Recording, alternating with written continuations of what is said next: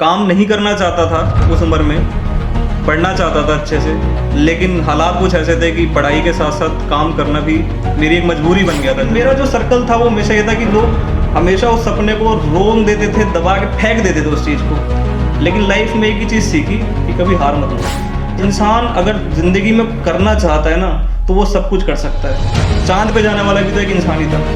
बिल्कुल सही बात। उन्होंने एक लाइन बोली थी कि तू 5,000 कमाने के लायक नहीं है।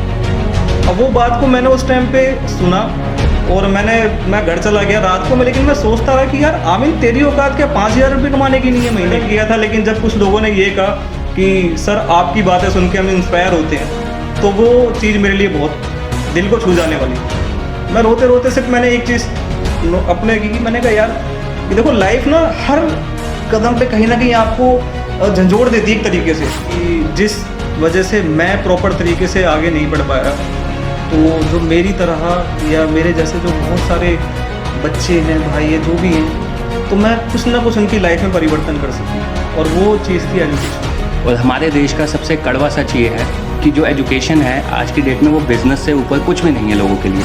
जितना भी कोई गर्लफ्रेंड रही है कुछ ज़्यादा सर हो गया। मैंने कहा जितना तुम मुझे दबाना चाहते हो, चाहे जिस तरीके से भी दबाना चाहते हो, पैसे से दबाना चाहते हो, बातों से दबाना चाहते हो, मेरे सपनों को तोड़ मरोड़ देना चाहते हो, तुम जितना मुझे दबाओगे सर मैं उतना करूँगा। कि ज़िंदगी में बड़ा करने के लिए हिम्मत नहीं चाहिए सर, पहले बड़ा सोचने के लिए हिम्मत चाहिए। कुछ लोग कहेंगे अरे सोचने से क्या होता है, अरे मैं कहता हूँ सोचना पहली सीढ़ी है। अगर आपकी ज़िंदगी के अंदर प्रॉब्लम नहीं आ रही तो इसका मतलब आप कुछ कर ही नहीं रहे।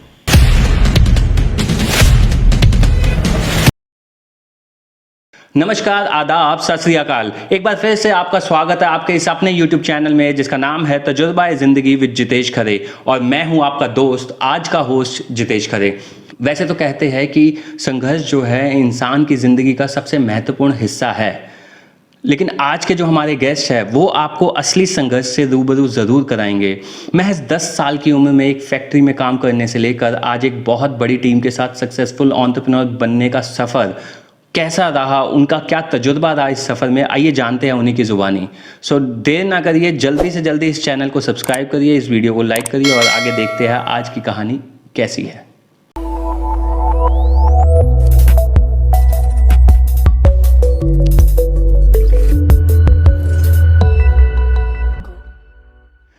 आज हमारे साथ है मिस्टर आमीन खान। आमीन जी एक डायरेक्ट सेलिंग एंटरप्रेन्योर होने के साथ साथ एक पॉलिटिकल साइंस टीचर भी है, एजुकेशन कंसल्टेंट भी है, मोटिवेशनल स्पीकर भी है और लक्ष्य एकेडमी के फाउंडर भी है। तो सबसे पहले तो सर आपका बहुत बहुत धन्यवाद हमें अपना टाइम देने के लिए, हमारे साथ बातचीत करने के लिए। तो सबसे पहले मेरा आपसे ये सवाल है कि एक इंसान इतने सारे काम कैसे कर सकता है? सर इंसान के हालात उसको सब कुछ करवाने के लिए मजबूर कर देते हैं और इंसान वो काम कर लेता है।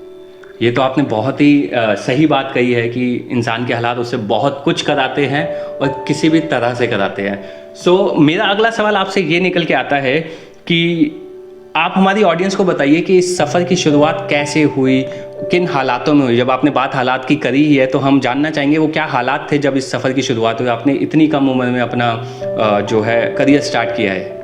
बिल्कुल सर, मैं आपको ब्रीफली थोड़ा सा बताता हूँ। तो इन सब की जो स्टार्टिंग हुई थी वो 10 साल की उम्र से स्टार्ट हो गया था ये सब जो था। तो जब वहाँ से पापा एक्सपायर हुए उसके बाद हालात कुछ इस तरीके से बन गए कि काम नहीं करना चाहता था उस उम्र में, पढ़ना चाहता था अच्छे से, लेकिन हालात कुछ ऐसे थे कि पढ़ाई के साथ साथ काम करना भी मेरी एक मजबूरी बन गया था। ज़रूरत नहीं, मेरी मजबूरी बन गया था। लेकिन मैंने हार नहीं मानी, मैंने काम स्टार्ट किया और एक फैक्ट्री से शुरुआत करी। फैक्ट्री में मैंने काम करना स्टार्ट किया। उसके बाद मैं पढ़ाई भी साथ साथ करता रहा, अपनी पढ़ाई का खर्च खुद निकाला। उसके बाद में जैसे थोड़ा सा और आगे बढ़े, उम्र थोड़ी सी ज़्यादा हुई, 14 साल का हुआ, उसके बाद में फिर अपनी 10th क्लियर करी। उसके बाद में फिर 12th क्लियर करी। 12th क्लियर करने के साथ साथ मैं फुल टाइम फिर जॉब में आ गया। उसके बाद फिर मैंने कई जगह पे वर्क किया। तो कई जगह पे वर्क करने के बाद में फिर मुझे एक चीज़ का रियलाइज़ हुआ और सबने एक चीज़ बोली कि अपना कोई हाथ का हुनर सीखो। तो मैंने सोचा, मैंने कहा चलो हाथ का हुनर भी ट्राई करके देख लेते हैं। तो मैंने फिर एसी एयर कंडीशन जो होता है, एसी रिपेयरिंग का जो होता है, वो काम करना मैंने स्टार्ट किया। अच्छा, मेरे साथ क्या प्रॉब्लम मेरे साथ क्या थी? प्रॉब्लम मेरे साथ ये थी कि मेरे सपने शुरू से बहुत बड़े थे। क्या बात है। सपने मेरे इतने बड़े थे कि मैं जब एसी का काम करने के लिए किसी के घर पे जाता था, तो जाहिर सी बात है कि ज़्यादातर एसी उन्हीं के घर में लगे होते हैं जिनके बहुत बड़े बड़े घर होते हैं। अब मैं जब उनके घर पे जाता था तो वहाँ पे जाके जब मैं उनका घर देखता था तो मेरी आंखें जो थी एकदम से खुल जाती थी। मैंने कहा वाओ, ऐसा भी घर है। तो फिर मैं एक ही चीज़ सोचता था कि यार ये जो लोग हैं ये लोग भी मेरी तरह ही हैं, इनके भी 2 हाथ 2 पैर 2 आंखें ऊपर वाले ने इनको भी दी और मुझे भी दी है। आज इनके पास इतना सब कुछ कैसे है? तो मेरे को शुरुआत में सारे के सारे कहते थे कि जो बहुत सारे अमीर लोग जो होते हैं ना, उनका क्या होता है कि उन पे ऊपर वाले की विशेष कृपा होती है। तो फिर मैं कुछ अमीर लोगों से भी मिला, तो उन अमीर लोगों ने मुझे एक ही चीज़ बोली कि ऊपर वाले की विशेष कृपा सबके ऊपर होती है। बात सारी की सारी ये होती है कि आप कितनी मेहनत करते हो और आपके पास में कौन सा प्लेटफॉर्म है।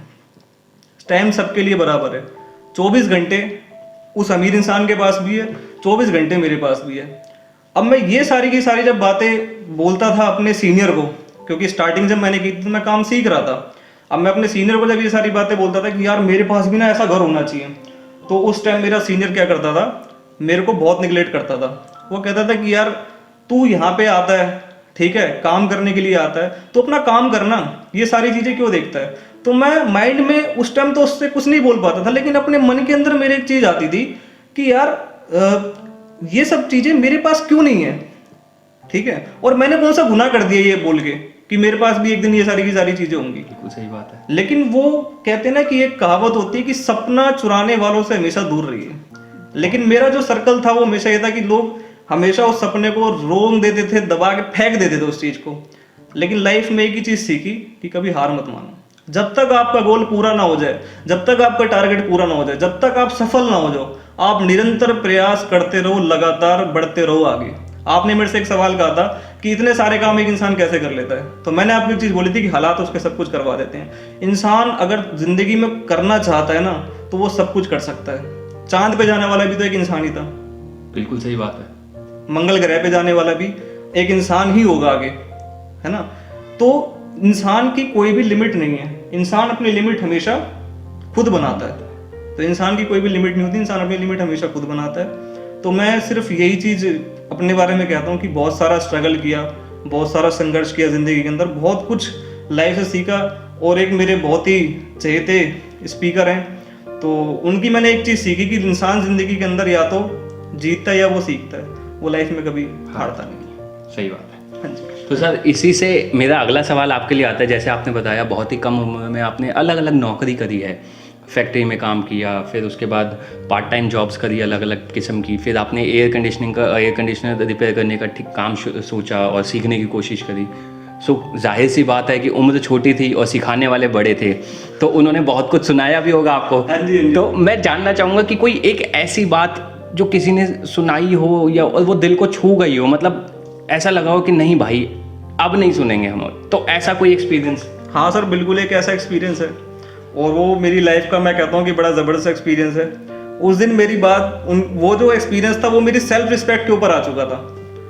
उस व्यक्ति ने, जिनका मैं नाम लेना नहीं चाहूँगा, मैं आज उनकी बहुत इज्जत करता हूँ, मैं आज उनकी बहुत रिस्पेक्ट करता हूँ, क्योंकि शायद वो उस दिन वो बात ना बोलते और वो बात मुझे आज लगती ना और मैं आज आगे ना बढ़ता।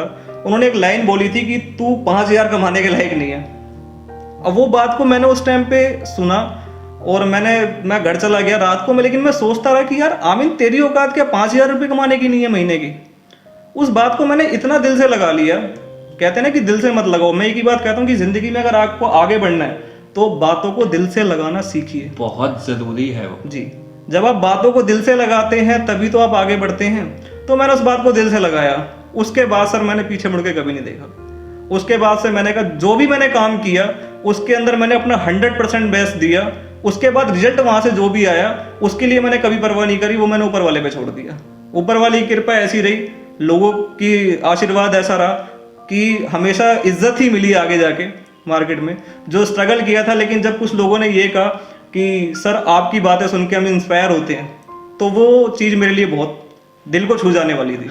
मतलब मैं ये कहता हूँ कि जब हम ऐसे किसी सफ़र से निकलते हैं और एंड रिजल्ट जब अपने फेवर में मिल जाता है ना, तो वो सब स्ट्रगल ना ऐसे लगता है कि ठीक है, अच्छा हुआ वो हो गया कि उसने हमें एक ऐसा इंसान बना दिया जो आज लोग हमसे सीखते हैं, हमसे इंस्पायर होते हैं।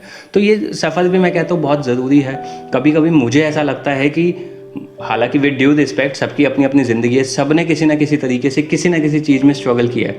बट मैं कहता हूँ कि जिसने स्ट्रगल नहीं किया ना, वो बहुत बदकिस्मत आदमी है, क्योंकि उसको असल चीज़ की वैल्यू ही नहीं पता, क्योंकि उसके लिए वो भागा नहीं है। हमें जब चीज़ बहुत आसानी से मिल जाती, जैसे हमें घर का खाना बहुत आसानी से मिल जाता है, हमारी मम्मी ने बना दिया, उन लोगों से पूछो जो अपने घर से दूर रहते हैं, असल वैल्यू उनको पता है। हम तो बोलते थे मम्मी आज नमक कम है, मम्मी आज खाने में ये कमी है, वो कमी है।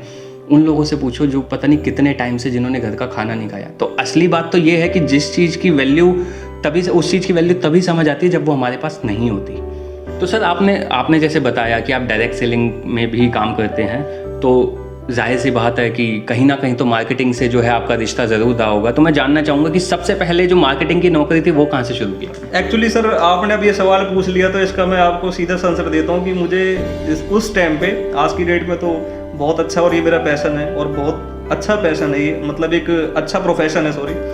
तो मैं यही कहूँगा कि मुझे ये काम बिल्कुल पसंद नहीं था, सेल्स और मार्केटिंग मुझे बिल्कुल पसंद नहीं था। लोग टाई लगा के वो लोगों को समझाते फिरते हैं। तो मैंने लेकिन अपनी स्टार्टिंग मैंने एक इंस्टीट्यूट से करी थी। उस इंस्टीट्यूट के अंदर एज अ मार्केटिंग एग्जीक्यूटिव मैंने वर्क किया वहाँ पर। तो उसके बाद से फिर मैंने मार्केटिंग सेल्स के अंदर वर्क स्टार्ट कर दिया था। फिर मैंने नोएडा में भी जॉब करी, लेकिन उसके बाद नोएडा की अगर मैं अपना एक्सपीरियंस बताऊँ तो बड़ा ख़राब एक्सपीरियंस मेरा रहा था, क्योंकि जिस दिन मैं इंटरव्यू के लिए गया था तो वहाँ मेरा सारा कॉन्फिडेंस जो था वो लो हो गया था, क्योंकि मेरा इंटरव्यू सीधा डायरेक्टर ने लिया था वहाँ के।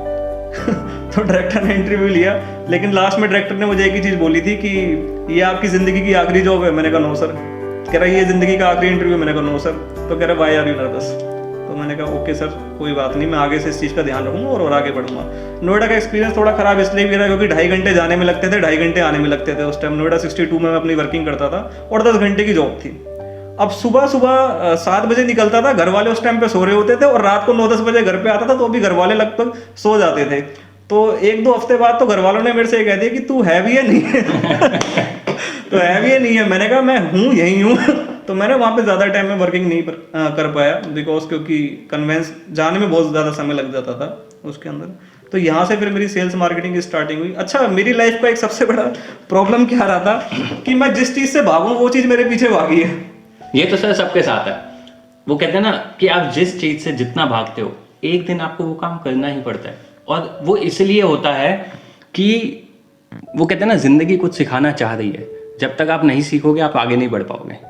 तो एक वो कहते हैं ना, प्यार से नहीं सीखोगे तो मार से सीखोगे। जैसे बचपन में मम्मी बोलते हैं ना, प्यार से पढ़ ले नहीं तो मार से पढ़ेगा। तो वही वाला हाल है जिंदगी का भी। जिंदगी भी हमारी माँ से कोई कम नहीं है। जिंदगी भी बहुत कुछ सिखाना चाहती है, बशर्ते हम सीखना चाहते हैं नहीं। तो आप क्या कह रहे थे? सॉरी मैंने आपको बीच में डिस्टर्ब किया। कोई बात नहीं सर।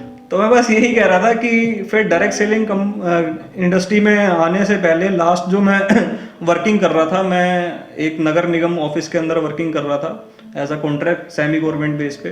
तो जब मैं वहाँ पे वर्किंग कर रहा था तो वहाँ का जो सुपरवाइज़र था उसने मुझे 2-4 बातें बोली।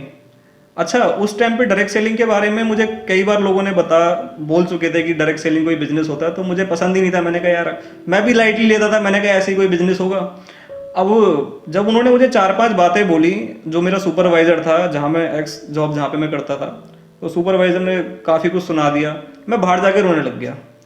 मैं रोते रोते सिर्फ मैंने एक चीज़ अपने की, मैंने कहा यार कि देखो लाइफ ना हर कदम पे कहीं ना कहीं आपको झंझोड़ देती है एक तरीके से। तो फिर मैंने कहा यार इन्होंने मुझे ऐसा कैसे बोल दिया। उसके बाद में मैंने फिर डायरेक्ट सेलिंग बिजनेस स्टार्ट किया। वहाँ पे मैंने स्टार्टिंग में बहुत अच्छी परफॉर्मेंस दी और एक अच्छी खासी अचीवमेंट ली, बहुत रिस्पेक्ट मिली, बहुत मान सम्मान मिला, एक बहुत बड़ी टीम क्रिएट करी, उस टीम के साथ आगे बढ़ा। उसके बाद में फिर मैंने अपने और बिजनेस स्टार्ट करे। तो बस ये था कि काम करते जाओ और आगे बढ़ते जाओ।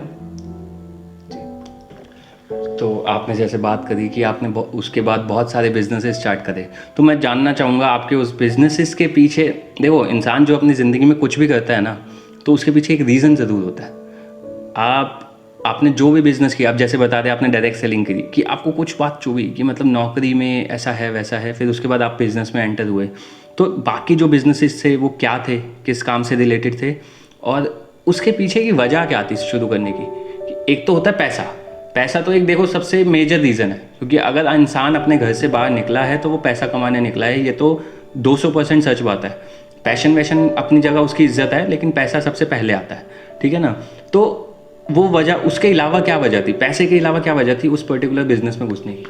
सर वजह बड़ी सिंपल सी थी कि जिस वजह से मैं प्रॉपर तरीके से आगे नहीं बढ़ पाया, तो जो मेरी तरह या मेरे जैसे जो बहुत सारे बच्चे हैं, भाई है, जो भी हैं, तो मैं कुछ ना कुछ उनकी लाइफ में परिवर्तन कर सकूं। और वो चीज़ थी एजुकेशन। एक राइट एजुकेशन अगर शायद बच्चे को मिल जाए तो बच्चा बहुत आगे जाता है। तो मैंने एजुकेशन इंडस्ट्री के अंदर कदम रखा। और आपने बिल्कुल सही कहा कि हर काम पैसे के लिए नहीं होता। पैसा तो इंसान की प्रायोरिटी है, वो तो उसको बाय डिफॉल्ट आ भी जाता है। मैंने एजुकेशन इंडस्ट्री में सिर्फ इसलिए कदम रखा ताकि बच्चों को सही गाइडेंस मैं दे सकूं। तो मैंने अपना एक इंस्टीट्यूट स्टार्ट किया लक्ष्य एकेडमी के नाम से। उस इंस्टीट्यूट को बहुत ही बेहतरीन तरीके से हम लोग उसको रन कर रहे हैं। और उस इंस्टीट्यूट के अंदर हम अलग अलग तरीके की एक्टिविटी करते हैं। कुछ बच्चों के लिए हम फ्री क्लासेस भी चलाते हैं। उसके लिए इंग्लिश स्पीकिंग हमारे पास एक कोर्स होता है जिसमें जो फ्री अगर बच्चे करना चाहते हैं तो वो बच्चे हमारे यहाँ से फ्री में कोर्स कर सकते हैं। लेकिन सिर्फ वही बच्चे जो बच्चे फाइनेंशियली वीक हैं। तो जैसे आपने बोला फ्री कोर्स है, ये बहुत ही मतलब बड़ी बात है। देखो, मैं हमेशा सच में बिलीव करता हूँ और हमारे देश का सबसे कड़वा सच ये है कि जो एजुकेशन है आज की डेट में वो बिज़नेस से ऊपर कुछ भी नहीं है लोगों के लिए। जितने भी इंस्टीट्यूट खुले हैं, जितने भी स्कूल्स हैं बड़े बड़े, शायद मेरे बहुत से ऑडियंस को ये सुन के बुरा भी लगेगा, बट मुझे इस चीज़ से फ़र्क नहीं पड़ता कि बुरा लग रहा है। फ़र्क इस चीज़ से पड़ता है कि क्या मैं सच बोल पा रहा हूँ। तो सच बात तो यही है कि बहुत से एजुकेशन इंस्टीट्यूट्स ऐसे हैं जो सिर्फ और सिर्फ पैसा कमाने के लिए बैठे हैं। बच्चों को ढंग की गाइडेंस कोई नहीं दे रहा, ठीक से गाइडेंस कोई नहीं दे रहा। सिर्फ उनको इससे मतलब है कि वो बच्चा हमें फ़ीस कितनी देता है। तो अभी आपने एक बात बोली कि आपने फ्री क्लासेस चलाई हैं, फ्री इंग्लिश स्पीकिंग क्लासेस चलाई है, और वो उनके लिए है जो बच्चे वीक है, फाइनेंशियली वीक है। बट मेरा एक सवाल ये आता है, पहली पॉइंट, कि आप ये चीज़ जज कैसे करते हो, और उसके अलावा क्या आपने कोई क्राइटेरिया रखा है कि मतलब वीक तो है, उसके अलावा भी? क्योंकि देखो कई बार क्या होता है, बच्चा वीक नहीं होता बट फॉर सम रीज़न वो अफोर्ड नहीं कर सकता, और हो सकता है कि बच्चा वीक है लेकिन वो पढ़ना भी नहीं चाहता। तो आप उसमें कैसे डिफ्रेंशिएट करते हो? सर उसके लिए बड़ा सिंपल सा क्राइटेरिया हमने रखा है। हम बच्चे का फर्स्ट डे एनालाइजिंग टेस्ट लेते हैं। हम बच्चे से कुछ बेसिक्स चीज़ें पूछते हैं, तो हमें उसका पता लग जाता है कि वो बच्चा जो है कितनी कैपेबिलिटी अपनी रखता है। और देखो सर, मैं एक बात कहता हूँ कि अगर कोई बच्चा ऐसा भी है जो पढ़ना नहीं चाहता या लेजी है या कुछ भी है, तो सर उसके हालात उसको कहीं ना कहीं ऐसा बनाते हैं, क्योंकि वो बच्चा है, वो बड़ा नहीं है। अगर वो बड़ा होता तो फिर कोई बात ही नहीं होती। फिर तो हम भी बोलते थे कि जाके तू जॉब कर ले, वर्किंग कर ले, तू अपनी सैलरी से यहाँ से निकाल के अपनी फीस भर सकता है। लेकिन वो बच्चा है। और अगर पेरेंट्स ने अगर कोई गलती करी है, या अगर उसके पेरेंट्स इकोनॉमिकली वीक थे, या वो आगे उस बच्चे को नहीं सही गाइडेंस दे पाए, तो इसमें बच्चे का क्या दोष है? तो हम तो सिर्फ एक ही चीज़ सोचते हैं कि अगर बच्चा हमारे पास में आया, और एक सर ऑनेस्टी नाम की एक चीज़ भी होती है दुनिया के अंदर, है ना, तो वो सबके अंदर होती है। ठीक है, बस ये होता है कि कोई उसे बाहर निकाल लेता है, कोई उसको बाहर नहीं निकाल पाता। तो लेकिन हमारा जो काम है, हमें अपना काम करते रहना, और अपना काम हम करते हैं, बाकी ऊपर वाले के ऊपर छोड़ देते हैं।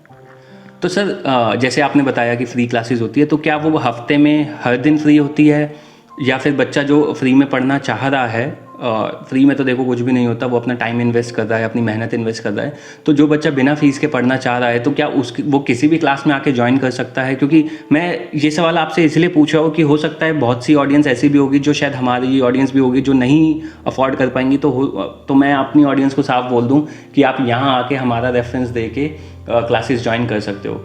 तो सर आप बताइए कि वो क्लासेस की टाइमिंग्स क्या रहती है और क्या शेड्यूल रहता है, हफ्ते में कितने दिन होती है, सो दैट हमारी ऑडियंस को थोड़ी क्लैरिटी मिले। सर वो क्लासेस जो होती है मंडे टू फ्राइडे होती है, ठीक है, और वो क्लासेस होती है मॉर्निंग में। वो क्लासेस होती है आपकी 7 बजे से लेकर 8:30 बजे तक, यानी कि 1.5 घंटे की हम क्लास रखते हैं। और हमने मॉर्निंग का टाइम जो रखा है वो सिर्फ इसीलिए रखा है क्योंकि हमें कहीं ना कहीं पता लग जाता है कि बच्चा एक्चुअल में उसकी नीड है या नहीं है। क्योंकि सुबह 7 बजे उठ के तो देखो वही आ सकता है ना जिसको उसकी जरूरत हो। पढ़ने वाला बच्चा तो 4 बजे भी आ जाएगा, 5 बजे भी आ जाएगा। उसकी प्रॉब्लम अगर फाइनेंशियल है तो फाइनेंशियल प्रॉब्लम तो हम उसकी दूर कर देंगे कि हम उसको फ्री क्लासेस दे रहे हैं। लेकिन अगर उसकी प्रॉब्लम ही कुछ और है तो वो आएगा ही नहीं सुबह सुबह। तो इसलिए हमने मॉर्निंग क्लास का टाइम रखा है, मंडे टू फ्राइडे वीक में 5 डेज क्लास लगती है, सुबह 7 बजे से 8:30 बजे तक। तो ये सर आपने बहुत बढ़िया एक मतलब मुझे one of the best criteria लगा कि जिसको नीड होगी, आपने जैसे कहा कि सुबह 4 बजे भी आएगा और सुबह 5 बजे भी आएगा, तो बात सिर्फ और सिर्फ नीड की है और घूम फिर के वही वाली बात है कि हालातों की है कि उसके हालात करा रहे हैं और वो करना चाह रहा है या नहीं। तो अगला सवाल सर मेरा ये आता है कि देखो स्ट्रगल तो अपनी जगह सही है, स्ट्रगल तो अपने आप में दुख भी देता है सुख भी देता है। अब ऐसा तो नहीं है कि सफ़र में सारे बुरे लोग मिलेंगे, हो सकता है बहुत अच्छे लोग भी मिले और आई एम श्योर मिले ही होंगे। तो कोई एक ऐसा शख्स जिसने आपको मतलब एक्स्ट्रा ऑर्डिनरी सपोर्ट दिया हो, बिल्कुल ही अलग लेवल की एक खुशी मिलती हो उस इंसान के साथ रह के, तो उसके बारे में कुछ बताना चाहेंगे? बिल्कुल सर, मैं ज़रूर बताना चाहूँगा। ये आपने बहुत अच्छा सवाल किया और मेरे अंदर था भी कि मैं इस चीज़ के बारे में ज़रूर बताऊँ। एक ऐसे इंसान हैं जिन्होंने मेरी, जब से मैं उनसे मिला मेरी लाइफ के अंदर चेंज आना स्टार्ट हुए, और कहते हैं ना कि डूबते को तो तिनके का सहारा। बिल्कुल। तो वही वाली बात थी। वो मेरे इंग्लिश टीचर थे, टीचर हैं इंग्लिश टीचर जो थे, जिनकी वजह से आज मैं कह सकता हूँ ये चीज़ कि उनसे मैंने बहुत कुछ सीखा। ऑनेस्टी क्या होती है उन्होंने मुझे, ये नहीं है कि उन्होंने मुझे बताया कि आमीन ये ऑनेस्टी होती है, उनके अंदर वो ऑनेस्टी थी, उनसे इंस्पायर होके मेरे अंदर वो चीज़ कहीं ना कहीं आई। तो मेरी लाइफ के सबसे बेस्ट इंसान थे। और बाकी तो मैं एक ही चीज़ बोलता हूँ कि हम जैसे होते हैं ना वैसे ही हमें लोग मिल जाते हैं। बिल्कुल मिल जाते हैं। एक गरीब 4 गरीब को ढूंढ लेता है सही बात है। और एक शराबी 4 शराबी, एक 4 शराबी को ढूंढ लेता है। तो मैंने हमेशा ना अपने सर्कल के ऊपर वर्क किया। मैंने कभी ये नहीं सोचा कि यार मैं कहाँ से बिलोंग करता हूँ। मैंने हमेशा एक ही चीज़ सोची कि मुझे जाना कहाँ पे है। बहुत बड़ी बात है सर ये कि देखो बिलोंग कहाँ से करते हो, वो मेरे को बहुत अच्छी एक कोट लगता है, बिल गेट्स का शायद कोट है वो, कि आप गरीब पैदा हुए तो ये गलती आपकी नहीं है, लेकिन अगर आप गरीब मर गए तो आपकी सबसे बड़ी गलती है। और अगर हम इस चीज़ को दूसरे वे में ले, चलो गरीब अमीर तो एक साइड की बात रख देते हैं कि आप इंसान कैसे पैदा हुए, वो कोई भी देखो किसी गुण के साथ तो पैदा नहीं होता है ना। आप साथ समय के साथ अपने सर्कल के हिसाब से अपनी हैबिट्स जो है, अपने प्लस पॉइंट नेगेटिव पॉइंट्स बनाते हो, ठीक है। तो ये सिर्फ और सिर्फ आपके सर्कल के ऊपर डिपेंड करता है कि आप कैसे बन रहे हो, किन लोगों के साथ रह रहे हो। आप डायरेक्ट सेलिंग की बात करिए तो उसे नेटवर्क मार्केटिंग भी बोलते हैं। तो जो नेटवर्क है ना आपका, असल गेम सिर्फ नेटवर्क की है, बिल्कुल, है ना। तो सर कोई जिंदगी का फनी मोमेंट जिसके बारे में आप बात करना चाहो? आपको देखो बताना यही चाहूँगा, सर्कल के बारे में अगर आपने बात की तो सर्कल के बारे में आपको और अपनी जो आपकी जो ऑडियंस है हमारी, उनको मैं ज़रूर ये बात बताना चाहूँगा कि जिस सर्कल से मैं निकला हूँ बाहर, यानी कि देखो जहाँ पे हम पैदा होते हैं वहाँ पे हमारे दोस्त तो कुछ ना कुछ बनते हैं। तो वहाँ पे अक्सर कर जो सर्कल जो मेरा था पहले वाला, उसमें हमेशा एक ही कुछ ही बातें होती थी और गिनी चुनी बातें थी कि आज शाम को तू चकना लेके आ जा, आज शाम को तू ये लेके आ जा, आज शाम को तू वो लेके आ जा। अच्छा, गलती से अपने सर्कल में अगर मैं ये बोल देता था, मेरे सपने तो बड़े थे, मेरे लिए दिक्कत थी, मेरे दोस्तों के लिए भी दिक्कत थी, क्योंकि उनकी थिंकिंग और मेरी थिंकिंग कहीं ना कहीं मैच नहीं हो रही थी। अगर मैं अपने दोस्तों को बोलता था, मैंने कहा भाई यार तुम कहाँ ये चकने फकने की बातें लेके बैठे पड़े हो, मैंने कहा लाइफ में कुछ करना है, आगे बढ़ना है। तो कहते थे भाई यार तू पागल है क्या, ये कुछ नहीं होता ये सारी चीजें, यार तू बैठ यार, तुम्हारे साथ पैग लगा। तो मैंने क्या किया, मैंने अपने सर्कल को ही छोड़ दिया। मेरे लिए बहुत तकलीफजनक था वो जो था चीजें। देखिए क्या होता है ना, बचपन के दोस्त तो बचपन के होते हैं। अब हम भी तो बच्चे थे उस समय, अब बड़े हो गए तो इसका मतलब ये तो नहीं है कि हम या तो फिर उनके जैसे ही बन जाए या हम उन्हें छोड़ दें। तकलीफ बहुत होती है, बचपन के दोस्तों को छोड़ना अपने आप में एक बहुत बड़ी तकलीफ है, बट कहते हैं ना कुछ पाने के लिए बहुत कुछ खोना पड़ता है। तो ठीक है, आपका एक्सपीरियंस अच्छा लगा ये सुन के कि आपने छोड़ दी, उनको छोड़ना बहुत ज़रूरी था, शायद इसी वजह से आप यहाँ बैठे हैं। मैं ये नहीं कहता कि वो गलत लोग हैं अच्छे लोग हैं, मैं नहीं जानता। अच्छा, मैंने आपके बारे में ना थोड़ी सी रिसर्च करी थी, मैंने पता किया था, तो मुझे पता लगा कि आप कुछ थोड़ा सा सोशल वर्क में भी एक्टिव हैं। हाँ जी सर, बिल्कुल सोशल वर्क में हमेशा एक्टिव, हमेशा तो खैर नहीं एक्टिव रह पाते, लेकिन जितना हो सकता है मैं उतना एक्टिव रहने की कोशिश करता हूँ, क्योंकि मैं एक ही चीज़ सोचता हूँ कि जिस समाज में मैं पैदा हुआ हूँ और जिस समाज ने मुझे इतना कुछ सिखाया है, तो समाज के लिए थोड़ा बहुत तो कुछ करना बनता है ना। बिल्कुल बनता है सर, कि अच्छे इंसान की सबसे बड़ी पहचान ये है कि वो जो उसको अपने समाज से मिला है उसको बदले में कितना लौट आता है। कि देखो अपने लिए तो पूरी दुनिया भाग रही है ना। मैं ये नहीं कह रहा कि आप अपना काम धाम छोड़ के सोशल वर्क में घुस जाओ, बट मैं सबसे यही रिक्वेस्ट करूँगा कि कुछ समय तो निकाल ही सकते। मैं कह रहा हूँ दिन का 1 घंटा नहीं, हफ्ते का 1 घंटा, महीने का 1 घंटा। मुझे नहीं लगता कि महीने का 1 घंटा निकालना बहुत बड़ा एक चैलेंजिंग टास्क है, अगर हम चाहें तो हम निकाल सकते हैं। तो सर इसके बाद हम आते हैं आपकी पर्सनल लाइफ के ऊपर। थोड़ा सा बहुत हो गई प्रोफेशनल बातें, अब थोड़ा सा पर्सनल लाइफ पे बात करते हैं कि फैमिली में कैसा चलता है आज की डेट में? आप इतना एक फैक्ट्री से शुरू करके आप यहाँ तक पहुँचे हैं, बहुत ही मेहनत करी है आपने ज़िंदगी में। आई एम श्योर घर वालों को बहुत प्राउड फील होगा। तो कैसा मतलब घर वाले कैसा बिहेव करते हैं आज की डेट में? कुछ फ़र्क है? मतलब देखो ये सच बात है कि घर वालों के बर्ताव में भी फ़र्क तो आ ही जाता है। तो आज और पहले के टाइम में कोई फ़र्क है? सर बहुत बड़ा फ़र्क है। जब स्टार्टिंग करी थी अपने काम की, तो शुरुआत में देखो ऐसा होता है कि जब हम कामयाब नहीं होते या फिर जब हम आगे नहीं बढ़ रहे होते, तो घर वालों को स्टार्टिंग में ऐसा लगता है कि यार कुछ ये गलत जगह पे काम तो नहीं कर रहा, या फिर कुछ अगर ऐसा तो नहीं है कि मतलब कुछ गलत संगत में पड़ गया हो, ये है वो है। तो मेरे को ये इंसिडेंट भी याद है कि जब मैंने स्टार्ट किया अपना काम, तो घर वालों ने बिल्कुल भी रिस्पॉन्स नहीं किया। मेरी मम्मी ने हमेशा मुझे सपोर्ट किया, लेकिन उनके माइंड में भी कहीं ना कहीं एक ये चीज़ थी कि यार पता नहीं लड़का कर पाएगा या नहीं कर पाएगा। तो मेरी मम्मी बहुत अच्छी है, मेरे घर वाले बहुत अच्छे हैं, मेरे बड़े भाई भी बहुत बढ़िया हैं, बहुत अच्छे हैं। तो उन्होंने उस टाइम पे उनकी थोड़ी सी थिंकिंग अलग थी, लेकिन जब उन्होंने देखा कि हाँ मैं आगे बढ़ रहा हूँ, मैं चीज़ों को अचीव कर रहा हूँ, स्टेप बाय स्टेप सारी चीज़ें कर रहा हूँ, रिस्पेक्ट मिल रही है समाज के अंदर, तो वो लोग भी फिर फेवर में आ गए। तो पहले कहीं ना कहीं वो पूरी तरीके से तो मैं नहीं कहूँगा अगेंस्ट थे, लेकिन वो अंदर से कहीं ना कहीं थे, बाहर से अगेंस्ट नहीं थे, लेकिन अंदर से कहीं ना कहीं अगेंस्ट थे कि हम जैसा बोल रहे हैं ये वैसा क्यों नहीं कर रहा। मेरे पे रियलिटी बताऊं तो मैंने अपने लाइफ के कम से कम 9 से 10 साल जॉब में निकाले हैं। 10 साल मैंने जॉब करने के बाद, बहुत छोटी उम्र से जॉब करती थी, जैसे मैंने आपको बताया 10 साल की उम्र से करियर अपना स्टार्ट कर लिया था। तो 10 साल जॉब में निकालने के बाद मैंने सिर्फ एक ही चीज़ सोची कि यार अगर आगे बढ़ना है तो कुछ ऐसा काम किया जाए जिससे लोगों को रोजगार मिले, लोगों को जॉब मिले। मैं क्यों जॉब करने वाला बनूं, मैं क्यों ऐसा ना बनूं कि लोगों को मैं जॉब दे सकूं। इससे हमारी एक तो जो सबसे बड़ी प्रॉब्लम है अनएम्प्लॉयमेंट, वो कहीं ना कहीं दूर होती है। तो बस मेरे लिए तो सिर्फ एक चीज़ रहती है कि लोगों को ज़्यादा से ज़्यादा रोजगार मिले। ठीक है, मैं कोई नहीं हूँ देने वाला ऊपर वाला है। मैं तो शायद हो सकता है कि ऊपर वाले ने मुझे थोड़ा बहुत कुछ जरिया बनाया हो। तो बस मेरी तो बस यही रहती है कि लोग आगे बढ़ें। सर ये तो बात सही है आपकी कि हम सब एक जरिया है, असल करवाने वाला तो बस वो ऊपर बैठा मालिक ही है। ठीक है, तो अच्छा लगता है जब घर वाले सपोर्ट करते हैं। जब इतनी मेहनत के बाद घर वालों का सपोर्ट मिलता है तो लगता है कि हाँ चलो हमने अपनी ज़िंदगी में कुछ हासिल किया है। अब थोड़ा सा और पर्सनल क्वेश्चन पूछेंगे हम। कभी कोई गर्लफ्रेंड रही है? कुछ ज़्यादा सर मैं पहले बता दूं कि मैं भी लड़का ही हूँ।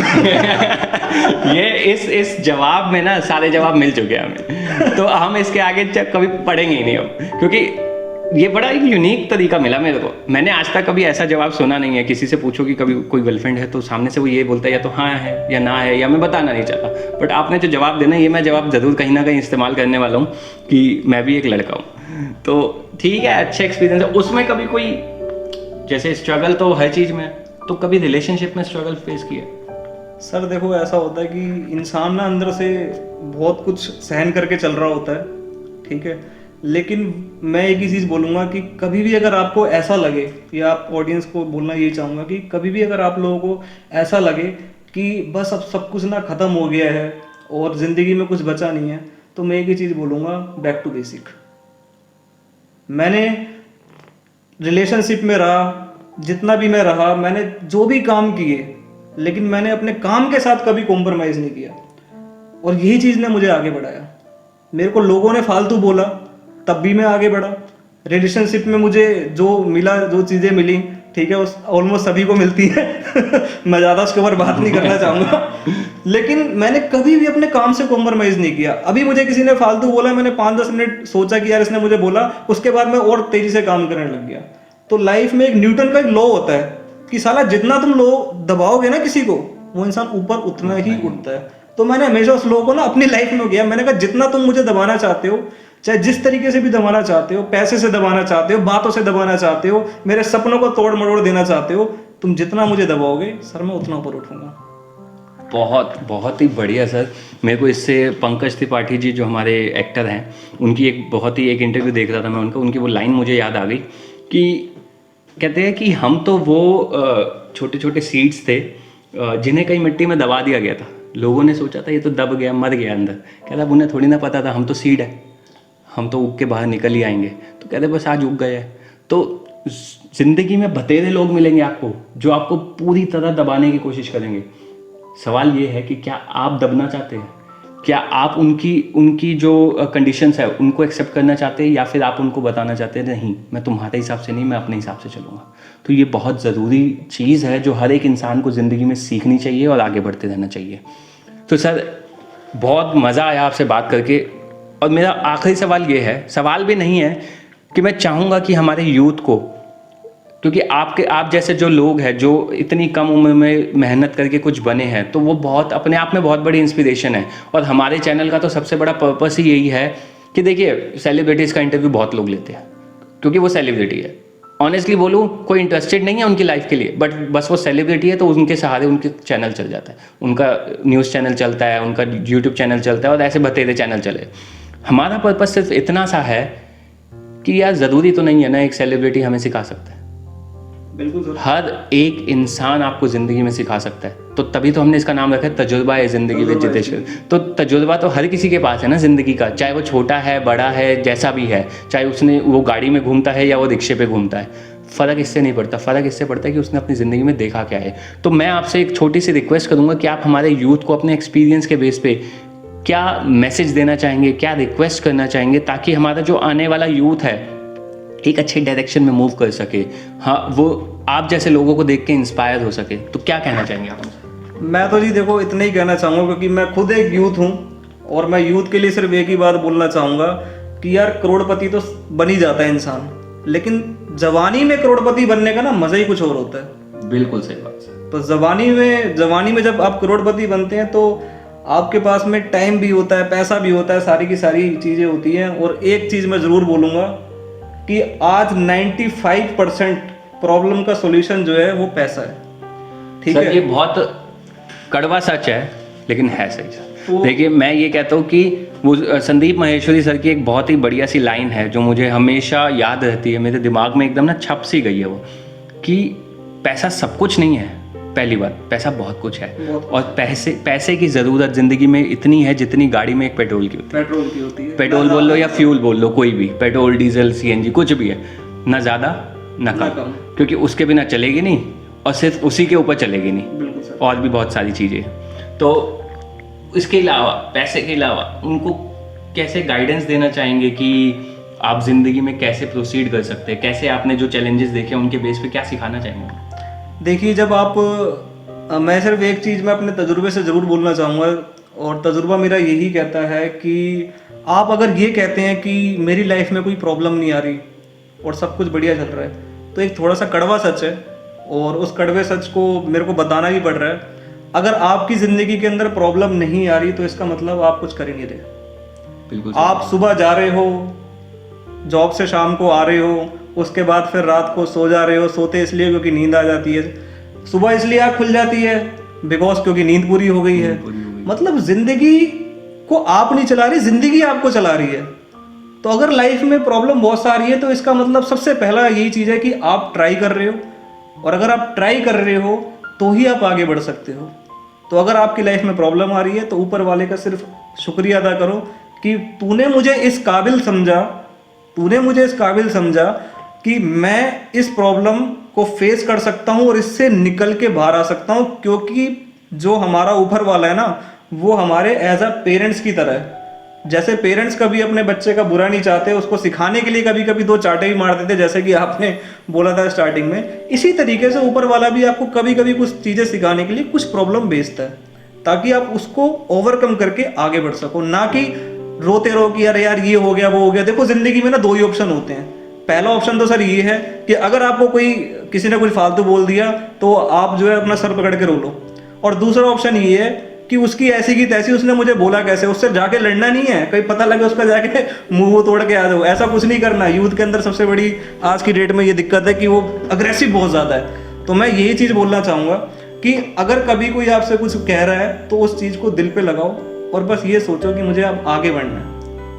देखो जितना टाइम आपको आगे बढ़ने में लगेगा ना, उतना ही टाइम पीछे हटने में लगता है। डिसीजन आपके ऊपर है, पीछे हटोगे तो भी उतना टाइम लगना, आगे बढ़ोगे तो भी उतना ही टाइम लगना है। तो यार क्यों ना आगे बढ़ जाओ, बिल्कुल सही बात है। और जैसे आपने कहा कि उससे लड़ना नहीं है, देखिए ज़िंदगी में बहुत से उतार चढ़ाव आएंगे, बहुत से लोग गाली भी देंगे, बहुत से लोग सपोर्ट भी करेंगे, गुस्सा भी आएगा। फ़र्क इससे नहीं पड़ता कि हमें गुस्सा आ रहा है, अच्छी चीज़ है, गुस्सा बहुत बहुत बहुत अच्छी चीज़ है अगर उसको हम सही डायरेक्शन में मूव करना जानते हैं। सर बहुत बहुत बढ़िया आपने एक मैसेज दिया है हमारे यूथ के लिए कि मैं आशा करता हूँ कि वो सीखेंगे, क्योंकि हम ये नहीं कहते कि हमसे बहुत लोग सीखेंगे, हम तो ये कहते हैं कि कोई एक इंसान इस दुनिया के कोने में इस वीडियो से कुछ सीख गया ना, हमारी ज़िंदगी की मेहनत सफल हो जाएगी। इस वीडियो की नहीं कह रहा, हमारी ज़िंदगी की मेहनत सफल हो जाएगी कि अगर हमने किसी एक इंसान की ज़िंदगी को बेहतर बनाने में छोटा सा भी योगदान दे दिया। हम तो कौन होते हैं, अगेन वही वाली बात है कि हम तो एक ज़रिया है। सही बात है ना, हम तो एक ज़रिया है, हम अपनी एक छोटी सी मेहनत कर रहे हैं। क्या पता,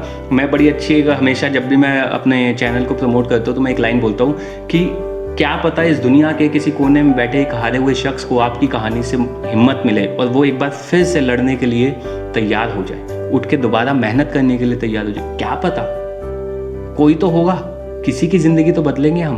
और मुझे पूरा विश्वास है कि जब तक मेरे पास आप जैसे लोग हैं इंटरव्यू लेने के लिए, तब तक कभी ना कभी तो फ़र्क पड़ेगा। आज नहीं तो कल, कल नहीं तो 10 दिन बाद, 1 साल बाद, 2 साल बाद, कभी तो वो दिन आएगा ना जब कोई कहेगा कि हाँ आपकी वीडियो देख के, इन भाई साहब का इंटरव्यू देख के मुझे लगा कि मैं भी कर सकता हूँ। एक बात मैं और कहना चाहूँगा कि अपने फ्रेंड्स के लिए मैं ज़रूर बोलना चाहूँगा कि हकीकत बताऊँ तो मेरे जो फ्रेंड है, मैंने उनको ना छोड़ा नहीं उस तरीके से। छोड़ने का इनोसेंस गलत मतलब मत लेके जाइएगा, और आप भी कहीं ये गलती ना कर दीजिएगा कि अपने फ्रेंड को बिल्कुल रियल वाला छोड़ दो। फ्रेंड हमेशा अपनी जगह पे होता है, ठीक है, लेकिन मैं थोड़ा सा दूर हुआ। दूर क्योंकि देखो सीधी सी बात है यार कि शायद हो सकता है उसके ड्रीम्स ना हो, बट मेरे ड्रीम्स तो हैं। तो हमेशा यारों के लिए तो हमेशा अवेलेबल है, लेकिन जितना जब तक हमारे टाइम है उस टाइम तक के लिए अवेलेबल है। बिल्कुल सही बात है। देखिए सर, हर चीज़ तो ज़िंदगी में नहीं मिल सकती ना, नहीं हम हर चीज़ को पकड़ सकते। मैंने अभी कल परसों एक लाइन लिखी है कि हर ख्वाब मुकम्मल हो हमारा, हर ख्वाब मुकम्मल हो हमारा ये ज़रूरी तो नहीं, लेकिन इस डर से हम ख्वाब भी ना देखें ये तो नामुमकिन, ये नामुमकिन है ना। तो ख्वाब देखना ज़रूरी है, और अगर ख्वाब देखे तो पूरा भी आपको ही करने पड़ेंगे, कोई और नहीं आएगा। लाइफ में ख्वाब देखना बहुत ज़रूरी है। अगर आप ख्वाब नहीं देखते तो सर फिर वो ख्वाब पूरा भी नहीं होगा, क्योंकि इंसान को बड़ा करने से पहले बड़ा सोचने की ज़रूरत है। और विवेक बिंद्रा जी, चलो नाम ले दिया मैंने विवेक बिंद्रा जी का, और उनसे मैं बहुत कुछ सीखा भी, उनकी वीडियोस के माध्यम से मैं बहुत कुछ सीखा हूँ। तो हमेशा की बात कहते हैं कि ज़िंदगी में बड़ा करने के लिए हिम्मत नहीं चाहिए सर, पहले बड़ा सोचने के लिए हिम्मत चाहिए। कुछ लोग कहेंगे अरे सोचने से क्या होता है, अरे मैं कहता हूँ सोचना पहली सीढ़ी है, उसके बाद फिर आगे की सीढ़ियाँ आती हैं। सबसे पहले सर सोचना तो स्टार्ट कीजिए। सोचने पे कोई जीएसटी कोई टैक्स नहीं लगा पड़ा, सोच लीजिए बड़ा। मैंने इस पे भी रील लिखी है, इस पे भी एक रील बनाई है कि महफिल में शोर था, महफिल में शोर था कि सोचने से क्या होता है, महफिल में शोर था कि सिर्फ सोचने से कुछ नहीं होता। हमने कहा धीमे से आवाज़ में कहा कि सोचने से शुरुआत होती है। बिल्कुल सर, राइट, सोचने से शुरुआत होती है, और मानो महफिल में सन्नाटा ही छा गया। तो सर सोच ही तो है। आप लोग कहते हैं कि ताजमहल एक बना है, ताजमहल एक थोड़ी बना है, ताजमहल 3 बार बना है। पहले किसी के दिमाग में, फिर पन्ने पे, फिर असलियत में।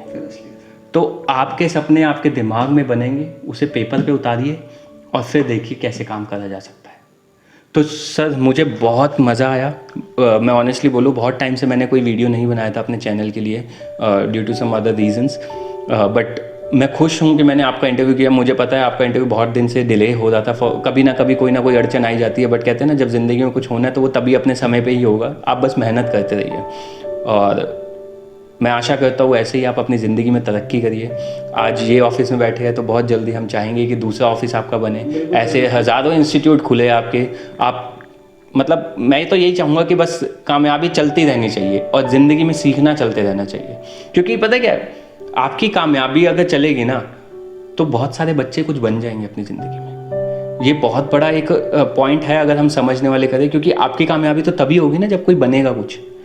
आपका रिजल्ट तो तभी आएगा ना जब कोई अपना रिजल्ट दिखाएगा। बिल्कुल सर, बिल्कुल। तो सर मैं एक और लाइन इसमें ज़रूर बोलना चाहूँगा कि अब ये वाली बात की तो एक जो हमारी एक डायरेक्ट सेलिंग जिस इंडस्ट्री में हम थे, वहाँ पे एक टैगलाइन मैंने बहुत सुनी थी, और वो टैगलाइन को मैंने बहुत दिल से लगाया, और वो टैगलाइन इतनी ज़बरदस्त थी ना, उस टैगलाइन था कि आपकी सफलता में हमारी सफलता है। ये कहने की 2 लाइनें हैं सर, कि आपकी सफलता भी हमारी सफलता, सिर्फ कहने की 2 लाइनें हैं, लेकिन अगर हर एक इंसान इसको इम्प्लीमेंट करना शुरू कर देना तो सर पूरे विश्व में हमारा जो भारत है ना, उसको नंबर 1 होने से कोई रोक नहीं सकता। बिल्कुल नहीं रोक सकता, बिल्कुल नहीं रोक सकता। लेकिन क्या है ना, इंसान सिर्फ अपने बारे में सोचने लगे। जी सर। सेल्फिश वर्ड बोलना गलत है, बट कुछ हद से ज़्यादा सेल्फ सेंटर्ड हो गया है। बहुत से सेल्फिश भी मिलेंगे आपको, बट इंसान बहुत सेल्फ सेंटर्ड हो गया है। मैं कहूँगा कि बहुत बड़े राइटर है, कोई मैं उनका नाम बोल रहा हूँ, तो उन्होंने बहुत सही बात करी थी, यही सेम बात, कि अगर आप अपने सपने पूरा करना चाहते हो तो दूसरों को उनके सपने पूरा करने के लिए हेल्प करो।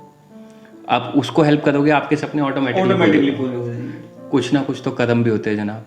बिल्कुल सब कुछ तो मेहनत भी नहीं होती, कुछ ना कुछ आपके कर्म भी होते हैं। तो sir thank you so much अपना टाइम देने के लिए, अपनी ज़िंदगी के बारे में हमें बताने के लिए, हमारी ऑडियंस को इंस्पायर करने के लिए। और मैं आशा करता हूँ कि आपको ये वीडियो पसंद आया होगा।